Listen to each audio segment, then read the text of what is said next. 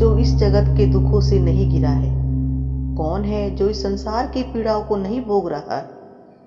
चहुं ओर भय, क्रोध, ईर्ष्या, लोभ, मोह, अहंकार के कारण सभी का जीवन सुखमय न होकर दुखों का घर बन गया है। क्या मानव की इन दुखों से मुक्ति नहीं हो सकती? क्या कोई उपाय है? हाँ, एक सरल उपाय है जिससे हम सभी का जीवन सुखमय और आनंद से भर सकता है। यदि हम कुछ समय अर्जुन की भांति भगवान श्री कृष्ण के सामने बैठे और अपने मन की व्यथा को कहें, तो आप पाएंगे कि भगवान श्री कृष्ण आपके लिए सारथी बनकर कोई न कोई मार्ग अवश्य दिखाएंगे। यह ठीक है कि हम में शायद अर्जुन जैसा धैर्य और सामर्थ्य ना हो, लेकिन कुछ धैर्य और सामर्थ्य तो हमें अवश्य ही रखना होगा। भगवान श्री कृष्ण को अर्पण कुछ समय हमारा जीवन बदल सकता है। यदि आपको समय का अभाव हो तो आप शांत भाव से समय निकालकर धैर्यपूर्वक सुनना, तभी प्रयास सफल और सार्थक होगा। भागवत गीता को सभी सुनते और पढ़ते जरूर हैं, लेकिन अर्जुन की भांति कोई नहीं सुनता। हमारा प्रयास रहेगा साधारण शब्दों में भागवत गीता के संदेश को और रहस्य को आप तक पहुंचाने का। कोई त्रुटि रह जाए तो क्षमा करें। आओ मिलकर चले भगवान श्री कृष्ण के पास, क्योंकि उनकी शरण में ही शांति और आनंद मिल सकता है। भगवत गीता में स्वयं भगवान ने अर्जुन को निमित्त बनाकर मनुष्य मात्र के कल्याण के लिए उपदेश दिया है। श्रीमद् भागवत गीता एक ऐसा विलक्षण ग्रंथ है जिसका आज तक न कोई पार पा सका है, न पार पाता है, न पार पा सकेगा और न पार पा ही सकता है। गहरे उतरकर इसका अध्ययन मनन करने पर नित्य नए नए विलक्षण भाव प्रकट होते हैं। गीता में जितना भाव भरा है उतना बुद्धि में नहीं आता, जितना बुद्धि में आता है उतना मन में नहीं आता, जितना मन में आता है उतना कहने में नहीं आता, और जितना कहने में आता है उतना लिखने में नहीं आता, क्योंकि गीता असीम है। श्रीमद् भगवत गीता की महिमा अगाध और असीम है। मनुष्य मात्र के उद्धार के लिए इसमें 3 राजमार्ग, जिनको प्रस्थान त्रय के नाम से भी जाना जाता है, बताए गए हैं। एक वैदिक प्रस्थान है जिसको उपनिषद कहते हैं, एक दार्शनिक प्रस्थान है जिसको ब्रह्मसूत्र कहते हैं, और एक स्मार्त प्रस्थान है जिसको हम भागवत गीता कहते हैं। उपनिषदों में मंत्र हैं, ब्रह्मसूत्र में सूत्र हैं और भगवत गीता में श्लोक है। भगवत गीता में श्लोक होते हुए भी भगवान की वाणी से निकलने के कारण ये मंत्र ही हो जाते हैं। इन श्लोकों में बहुत गहरा अर्थ भरा हुआ है। इन गहरे अर्थों के कारण इनको हम सूत्र भी कह सकते हैं।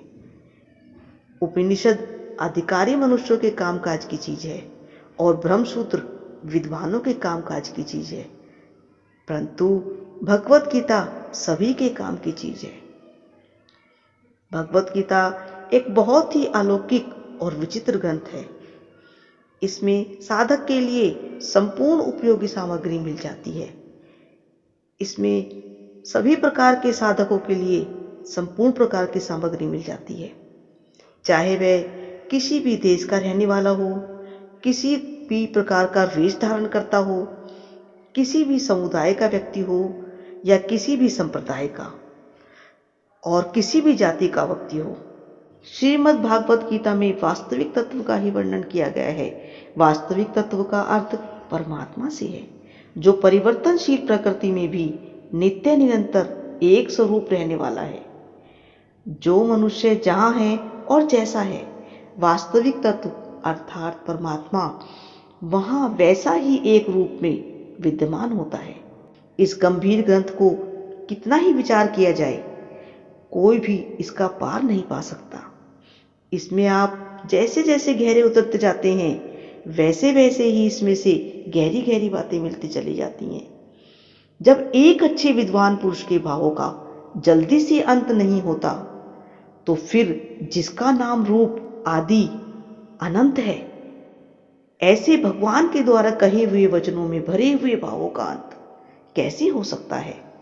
इस छोटे से ग्रंथ में इतनी विलक्षणता है कि अपना वास्तविक कल्याण चाहने वाला मनुष्य किसी भी वर्ण का, किसी भी जाति का, किसी भी मत का हो, इस ग्रंथ को पढ़ते ही वो इसकी तरफ जरूर आकर्षित होता है। अगर मनुष्य इस ग्रंथ का थोड़ा सा भी पठन पाठन अर्थात थोड़ा सा भी गहरे भाव में उतर जाता है तो उसको अपने उद्धार के लिए और अपने कष्टों को दूर करने के लिए इसमें से संतोषजनक उपाय मिल जाते हैं। श्रीमद् भगवत गीता का एक खास लक्ष्य है, क्योंकि गीता किसी भी द्वैतवाद, अद्वैतवाद, विशिष्टावाद या किसी भी वाद को लेकर नहीं चली है। किसी एक संप्रदाय के सिद्धांत को लेकर गीता का वर्णन नहीं किया गया है। गीता का मुख्य लक्ष्य यह है कि मनुष्य किसी भी वाद, किसी भी मंत्र और किसी भी सिद्धांत को मानने वाला क्यों ना हो, उसका प्रत्येक परिस्थिति में कल्याण हो जाए। वह किसी भी परिस्थिति में परमात्मा प्राप्ति से वंचित न रहे, क्योंकि जीव मात्र का मनुष्य योनि में जन्म केवल उसके कल्याण के लिए ही हुआ है। संसार में ऐसी कोई भी परिस्थिति नहीं है जिसमें मनुष्य का कल्याण नहीं हो सकता।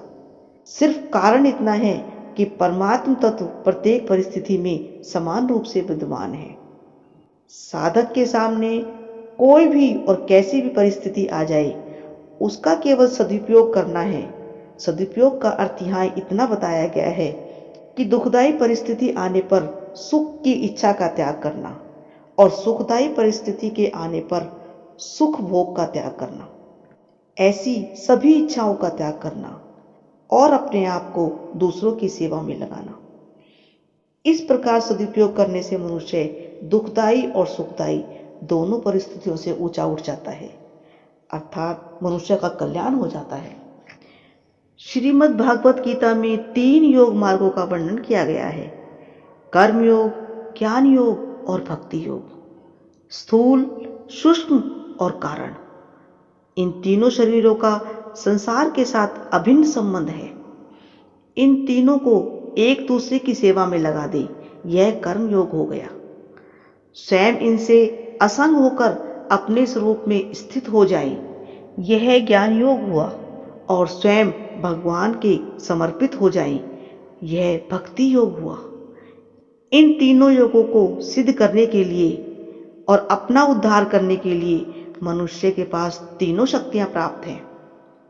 करने की शक्ति अर्थात बल जो मनुष्य के पास है, जानने की शक्ति ज्ञान, मानने की शक्ति विश्वास, करने की शक्ति निस्वार्थ भाव से संसार की सेवा करने के लिए है। जिसमें करने की रुचि अधिक है वह कर्म योग का अधिकारी है। जिसमें अपने आप को जानने की जिज्ञासा अधिक है वह ज्ञान योग का अधिकारी है। जिसका भगवान पर श्रद्धा विश्वास अधिक है वह भक्ति योग का अधिकारी है। ये तीनों ही योग मार्ग परमात्मा प्राप्ति के स्वतंत्र साधन हैं। अन्य सभी साधन इन तीनों के ही अंतर्गत आ जाते हैं। गीता में केवल कर्म योग, ज्ञान योग या भक्ति योग का ही वर्णन नहीं हुआ है। इसके अलावा गीता में यज्ञ, दान, तप, ध्यान योग, प्राणायाम, हठ योग, लय योग आदि सभी साधनों का वर्णन किया गया है। इसका एक प्रमुख कारण यही है कि गीता में अर्जुन के प्रश्न युद्ध के विषय में नहीं है, प्रत्युत कल्याण के विषय में है। और भगवान के द्वारा गीता को कहने का उद्देश्य भी युद्ध कराने का बिल्कुल नहीं है। अर्जुन अपना निश्चित कल्याण चाहते थे। शास्त्रों में जितने कल्याणकारक साधन कहे गए हैं उन सभी संपूर्ण साधनों का गीता में संक्षेप वर्णन मिलता है।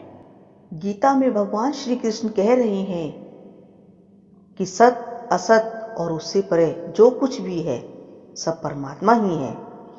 संसार अपने राग के कारण ही दिखता है, राग के कारण ही दूसरी सत्ता दिखती है। राग न हो तो एक परमात्मा के सिवाय कुछ नहीं है। जैसे भगवान ने कहा है कि मैं ही संपूर्ण प्राणियों के हृदय में स्थित हूँ। जिस हृदय में भगवान रहते हैं उसी हृदय में राग, द्वेष, हलचल, अशांति होते हैं। हृदय में ही सुख होता है और हृदय में ही दुख आता है। समुद्र मंथन में वहीं से विष निकला, वहीं से अमृत निकला। भगवान शंकर ने विष पी लिया तो अमृत निकल आया। इसी तरह राग द्वेष को मिटा दें तो परमात्मा निकल आएंगे। संत महात्माओं के हृदय में राग द्वेष नहीं रहते, अतः परमात्मा रहते हैं। सब कुछ परमात्मा ही है। यह खुले नेत्रों का ध्यान है। इसमें न आंख बंद करके ध्यान की जरूरत है, न कान बंद करके नादानुसंधान की जरूरत है, न नाक बंद करके प्राणायाम की जरूरत है। इसमें न संयोग का असर पड़ता है, न वियोग का, न किसी के आने का असर पड़ता है, न किसी के जाने का। जब सब कुछ परमात्मा ही है तो फिर दूसरा कहाँ से आए और कैसे आए। अर्थात संसार में जो भी कुछ है वह ईश्वर ही है, ईश्वर के सिवा कुछ नहीं। ऐसा जब हमें समझ आने लगेगा, संसार हमें ईश्वर का ही रूप दिखने लगेगा, तब यह रहस्य समझ आने लगेगा कि ईश्वर कैसे हमारे मन में रहते हैं। गीता में सब कुछ है। जो जिस दृष्टि से गीता को देखता है, गीता उसको वैसी ही दिखने लगती है। आज इतना ही। श्री कृष्णाय नमः। प्रथम अध्याय के साथ मिलते हैं अगले वीडियो में।